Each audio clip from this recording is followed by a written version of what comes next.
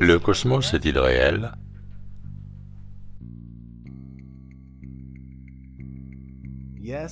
Oui et non. Ce que vous voyez dans le ciel, aussi loin que les étoiles et les objets errants, que l'on appelle planètes, existe. Comment pourrions-nous le nier? Nous ne savons pas ce qu'elles sont réellement, mais elles sont là. Maintenant, ce que l'on nous a dit à propos de l'espace, de ce qu'il est, n'est pas vrai du tout. Tout ce que nous croyons au sujet de ce que l'on appelle l'espace est dû principalement aux films d'Hollywood et d'autres médias, y compris les dessins animés pour enfants. Bien sûr, la propagande de la NASA est la principale responsable. Comme nous venons de le voir, les images de la Terre ainsi que des soi-disant planètes sont toutes générées par ordinateur. La NASA s'est plusieurs fois laissée aller à déclarer que les humains ne pouvaient dépasser l'orbite basse terrestre. Première fois. Le prochain vaisseau de la NASA, déjà en cours de réalisation et testé un peu partout aux États-Unis, sera capable de ceci et plus encore. C'est le vaisseau spatial qui va permettre aux humains d'explorer le système solaire. C'est la prochaine grande étape pour la NASA et pour l'exploration. Appelé Orion, ce véhicule d'équipage multitâche de nouvelle génération permettra à l'Amérique d'explorer la zone au-delà de l'orbite basse terrestre. Deuxième fois. Alors qu'on s'éloigne de la Terre, on doit franchir la ceinture de Van Allen, une zone de radiation dangereuse. Mais Orion a une protection. Son bouclier sera mis à rude épreuve alors qu'il va devoir couper au travers des vagues de radiation. Des capteurs en mesureront le niveau afin que les scientifiques les étudient. Nous devons résoudre ces problèmes avant d'envoyer des équipages dans cette région de l'espace. Troisième fois.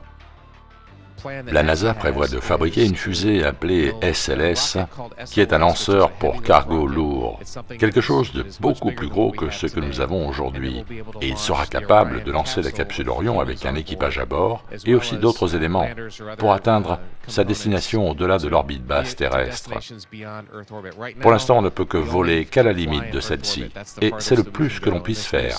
Avec ce nouveau système que nous fabriquons, nous allons pouvoir aller au-delà, et espérons-le, emmener des humains explorer la Lune, Mars, les astéroïdes.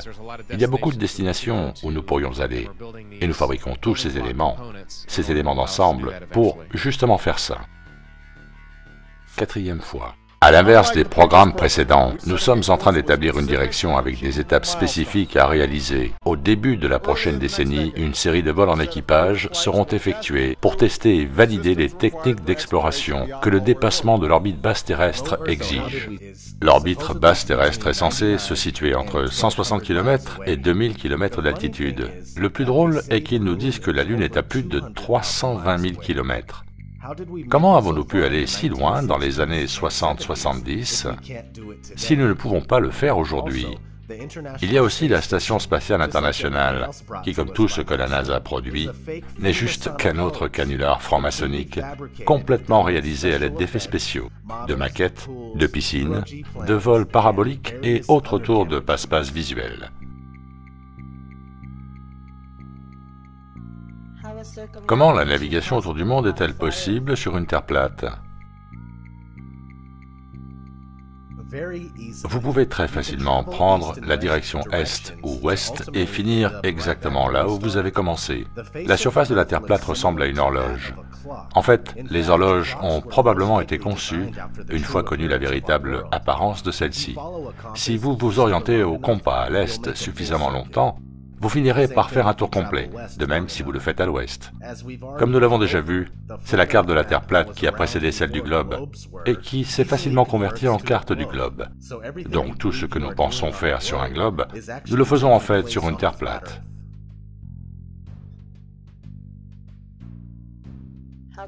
Comment se fait-il que la Lune soit à l'envers dans l'hémisphère sud? Ceci est très simple à expliquer. Quand quelqu'un se trouve dans ou sur la partie nord de la Terre, il voit la Lune sous cet angle. Quand quelqu'un se trouve sur la partie sud de la Terre, la Lune est vue de l'autre côté. Il la voit sous un autre angle, sous l'angle opposé. C'est aussi simple que ça. Imaginez que vous colliez une image de la Lune au centre de votre salon. Selon l'endroit où vous vous trouvez dans la pièce, la Lune sera vue différemment. Quand vous abordez cette question, gardez à l'esprit que la face de la Lune ne change jamais. Sur une Terre sphérique, nous pourrions nous attendre à l'avoir changé, mais cela ne s'est jamais produit.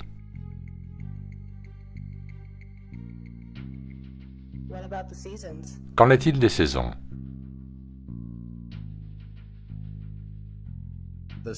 Le Soleil est proche et petit, et circule autour et au-dessus de la Terre plate, dans un schéma de spirale. Au-dessus du tropique du Cancer pendant les mois d'été de la partie nord, au-dessus du tropique du Capricorne pendant les mois d'hiver de cette même partie.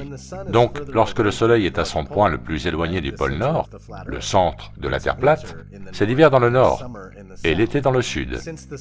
Dans la mesure où le Soleil est beaucoup plus proche et plus petit que ce que l'on nous dit, le déroulement des saisons est beaucoup plus logique.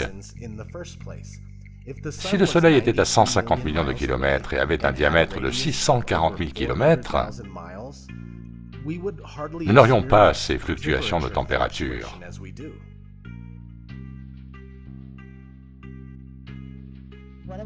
Et qu'en est-il de la gravité?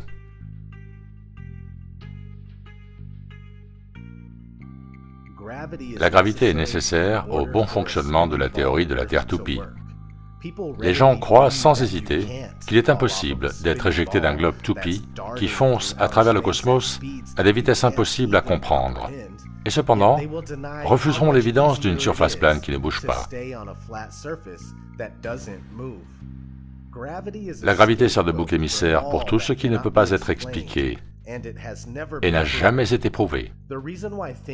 Les raisons pour lesquelles les choses tombent ou flottent s'appellent densité et flottabilité. Quelque chose plus lourd que l'air tombera, quelque chose plus léger que l'air flottera. Très simple. Votre téléphone est plus dense que l'air, donc si vous le lâchez, il tombe. Tout fonctionne grâce à la densité. Point besoin d'y rajouter quoi que ce soit. Je cite, « Les partisans de l'astronomie, selon Newton, prétendent que la loi de la gravité est la plus grande découverte de la science et la pierre angulaire de l'astronomie moderne. Par conséquent, si nous pouvons prouver que la gravité n'est que pure supposition, qu'une vue de l'esprit, qu'elle n'existe nulle part ailleurs que dans la tête de ces théoriciens et partisans, alors toutes les hypothèses de cette science prétendument moderne tombent à plat, aussi plat que la surface des océans.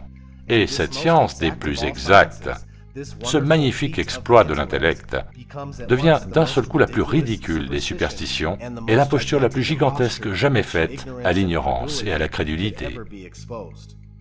Thomas Kinship, Zététique Cosmogénie. Qu'en est-il de l'effet Coriolis?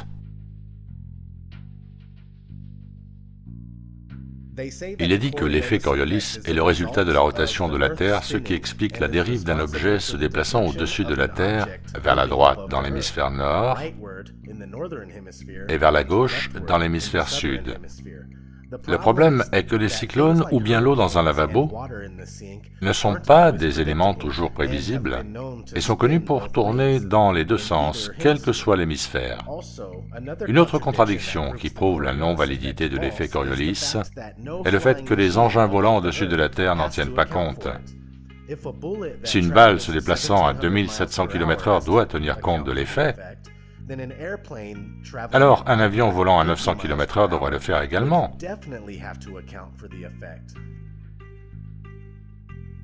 Si vous cherchez la réponse, vous trouverez qu'il est dit que puisque l'atmosphère se déplace avec la Terre dans son mouvement rotatif, les avions ne sont pas affectés. Alors pourquoi les balles le seraient-elles, surtout si elles vont beaucoup plus vite qu'un avion de ligne?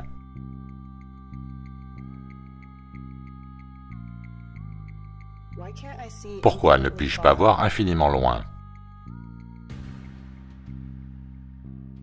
Ceci est pour les gens qui se demandent pourquoi ils ne peuvent pas voir certaines choses dont ils pensent qu'elles devraient être visibles si la Terre était plate. On m'a souvent demandé pourquoi ne pouvait-on pas voir le mont Everest de n'importe quel point de la Terre. On m'a aussi demandé pourquoi l'Espagne n'était pas visible depuis la côte est de l'Amérique. Bien, en dehors d'une opacité créée par la poussière, la rosée, la pluie, le brouillard, la pollution, la fumée, les nuages, la brume, la neige, etc., votre vision est limitée par le point de fuite de votre perception. Jetez un œil sur votre appli météo et cherchez le niveau de la visibilité dans votre région.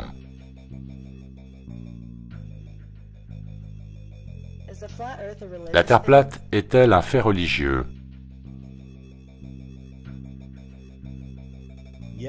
Oui et non. Je dis cela parce que moi-même, je ne suis pas religieux. Plutôt qu'une foi aveugle en quelque chose, je préfère connaître les faits du mieux de mes capacités, et les faits sont que la courbure et le mouvement de la Terre n'ont jamais été prouvés. La Bible, sans aucun doute, supporte la théorie d'une Terre plate et fixe. Le livre d'Enoch, approuvé par la Bible et qui en fait très certainement partie, décrit une Terre stationnaire plate et fermée à grand renfort de détails.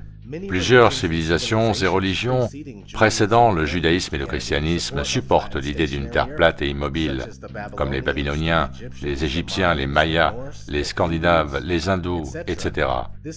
Cette fantastique idée de Terre toupie en forme de globe est très nouvelle pour tous les peuples de la Terre. Pourtant, la plupart d'entre nous prend cette théorie pour inébranlable et a été conditionnée pour se moquer de la Terre plate quand le sujet est discuté. Religieux ou non, vous pouvez constater la Terre plate par vous-même.